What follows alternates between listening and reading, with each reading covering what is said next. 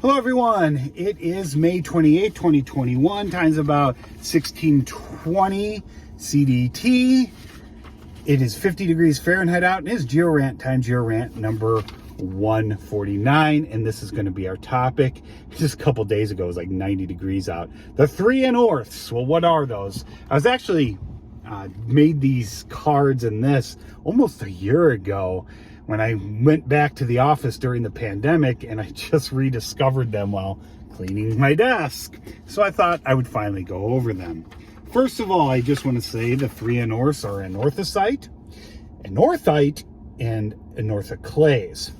Now, they are not synonyms of one another. The English language being the way it is doesn't mean just because you have anorth in all of these that they're the same thing. You have different suffixes. Some of these things can be components of other things, but they are not synonyms. All right, so let's talk briefly about them. We'll start with the top one, anorthosite. Anorthosite is a phaneritic or coarse crystalline intrusive igneous rock with a composition that is greater than 90% plagioclase and less than 10% mafic K-spar and quartz. That's it right there. You can take a look at it. All right, so basically what does that mean? It's a rock type. It's a rock name. It appears on the QAPF plot for plutonic phaneritic rocks, and this stuff is off in this book I wrote, all right, the lab book.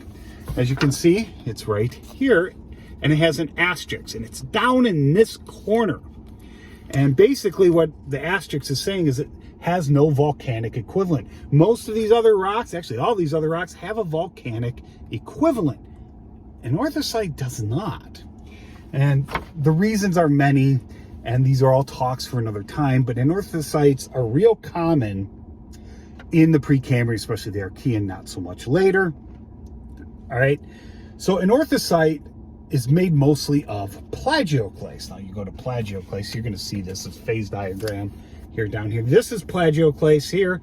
These are your K-spars or alkali feldspars. See, plagioclase is a whole host of individual minerals. And as you can see here, you can see, anorthite, on this side right here. And we're going to talk about anorthite. Can an anorthosite be made of anorthite? Yeah, it can. But anorthite is a mineral, but it doesn't have to be. It can be made of any of these other plagioclase minerals. It can be made of, labradorite, bytownite. I can never say that, I trip up on it. Andesine, oligoclase. It can be made of even albite. All right, it can be made of any of those or a combination thereof. It does not have to be pure anorthite. Anorthite is a mineral. It's a calcium end member of plagioclase. I just showed you there. It contains no sodium, no potassium. It's rare on Earth, but common in the moon. There's our definition right there. Just so you can see it again. This is an end member of plagioclase. Albite is the other one. So those are your end members. All right, that's what that means. They're at the end of this phase diagram. And I've already explained anorthite a little bit. You can see its chemical formula and its relationship to other ones. Even though plagioclases pretty much are all the same crystal system, they chemically differ in percentages of basically relative to the calcium and sodium in them. All right, so it has to do with chemistry and mineralogy. And orthoclase, the last one. So we're on the three anorths. Anorthoclase is an alkali feldspar, also known as a K-spar, that's between 10 to 35%. Just read these here, and 60 and 95%, or 65 and 90%. So I don't know the chemical names, but that's potassium, aluminum, silicon. So here, just read anorthoclase. So it is also a mineral as well. All right.